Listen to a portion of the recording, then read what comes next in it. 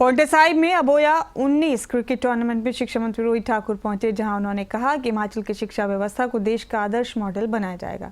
उन्होंने स्पष्ट किया कि जहां भी स्कूलों में अध्यापकों और सुविधाओं की कमी है, वहां तुरंत कार्रवाई की जाएगी और डिप्टी डायरेक्टर से विस्तृत रिपोर्ट मांगी जाएगी। साथ ही रोहित ठाकुर ने कहा कि मुख्यमंत्री सुखविंदर सिंह सुक्खू के नेतृत्व में सरकार शिक्षा सुधार के लिए वचनबद्ध है।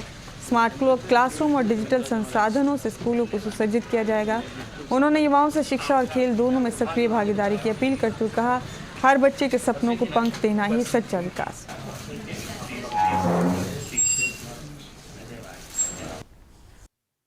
स्कूल्स तो वैसे भी हमारी प्राथमिकता रहती है और गवर्नमेंट ऑफ इंडिया से भी काफ़ी मैं समझता हूँ उसमें योगदान मिलता है।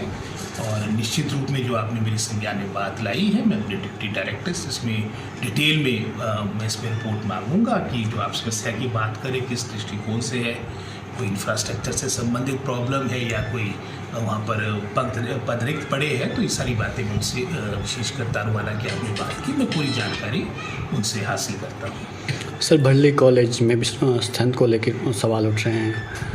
वो मैं समझता हूँ स्थल तो वही होना चाहिए जहाँ पर मतलब प्रॉपर आपकी बिल्डिंग बने और उससे संबंधित जो विषय होगा वे यहाँ पर हमारे एजुकेशन डिपार्टमेंट के भी अधिकारी आए हैं, तो उसमें डिपार्टमेंट के हित में और एक अच्छा इंफ्रास्ट्रक्चर बने, उस दृष्टिकोण से ये फैसला लिया जाएगा। सर, जब से सरकार बनी है शिक्षा नीति को लेकर किस तरह प्लान तैयार किया गया था? आप जानते हैं कि शिक्षा हमेशा हिमाचल सरकारें जो भी रही, चाहे हमारे डॉक्टर यशवंत सिंह परमार जी की बात थी जो हिमाचल के निर्माता रहे हैं और विशेषकर उनका संबंध इसी हमारे प्रबोध सिरमौर ज़िले से रहा। हमारी सभी सरकारों की प्राथमिकता शिक्षा क्षेत्र के प्रति रही और उसका ही परिणाम था कि 1947 में जहाँ हिमाचल प्रदेश की सिर्फ 7% लिटरेसी रेट था, आज सबसे साक्षर प्रदेश के रूप में हिमाचल प्रदेश और गोवा को जाना जाता है।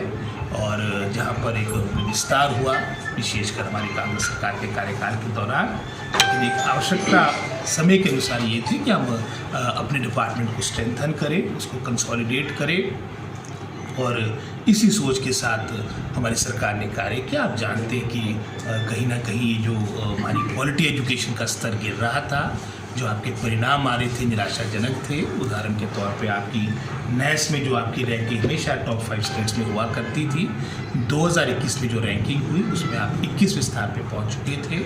असर की रिपोर्ट में भी आप अंतिम पायदान में पहुंच चुके थे। 8वीं का बच्चा 3rd का सिलेबस पढ़ने में समर्थ था।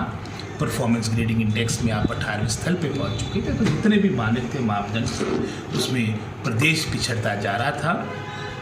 तो समय एक कठोर फैसले का था और निश्चित रूप में बहुत से ऐसे फैसले सुधार के कार्य इन 3 वर्षों में किए गए जिसके सार्थक परिणाम भी आपको देखने को मिलेंगे।